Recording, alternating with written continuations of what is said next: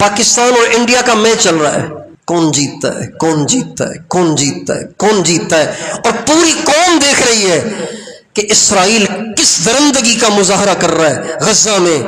اس کو دیکھنے، سننے اور اس کے لیے پریشان ہونے، رونے دھونے اور اداس اور غمگین ہونے کی طرف کوئی توجہ ہی نہیں ہے۔ پاکستان ہار گیا۔ پورے ملک کے نوجوانوں کی شکلیں اتنی ہوئی ہیں، چہرے اترے ہوئے ہیں، کوئی کھلاڑیوں کو برا بھلا کہہ رہا ہے، کوئی کسی کو برا بھلا کہہ رہا ہے، کوئی کسی کو برا بھلا۔ پورے ملک میں ہر جگہ ہر محفل میں یہ چرچے ہیں، یہ تذکرے ہیں۔ کیوں؟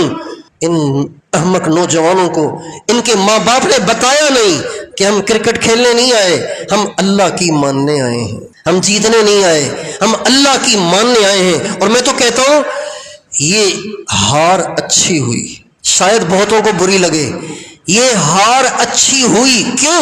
اللہ نے آپ کو دکھایا کہ آپ اس میدان کے لوگ ہی نہیں ہیں، آپ اس میدان کے لوگ ہیں جس میدان میں ہم نے آپ کو چند مہینے پہلے جیت دی تھی۔ آپ جہاد کے لوگ ہیں، آپ کفر سے برسرے بیکار ہونے کے لوگ ہیں، آپ بلوں والے نہیں ہیں، آپ تلواروں والے ہیں، آپ گنوں والے ہیں، آپ ٹینکوں والے ہیں۔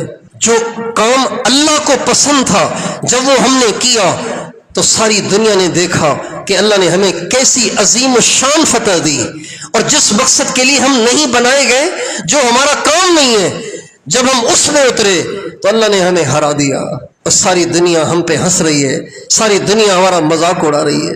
اور مذاق کیوں اڑا رہی ہے؟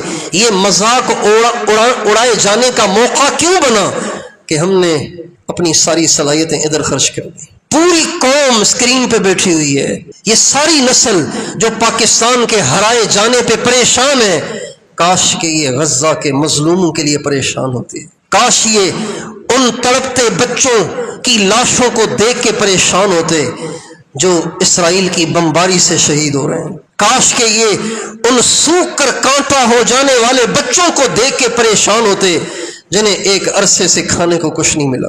ایک درد تھا جو میں نے آپ کے سامنے رکھا ہے، اب اس کو ہر جگہ اس کو زندہ کرنا، ہر ایک کو سمجھانا، ہر ایک کی ذہن سازی کرنا، یہ آپ کریں۔ ہماری زندگی کا مقصد اللہ کی ماننا،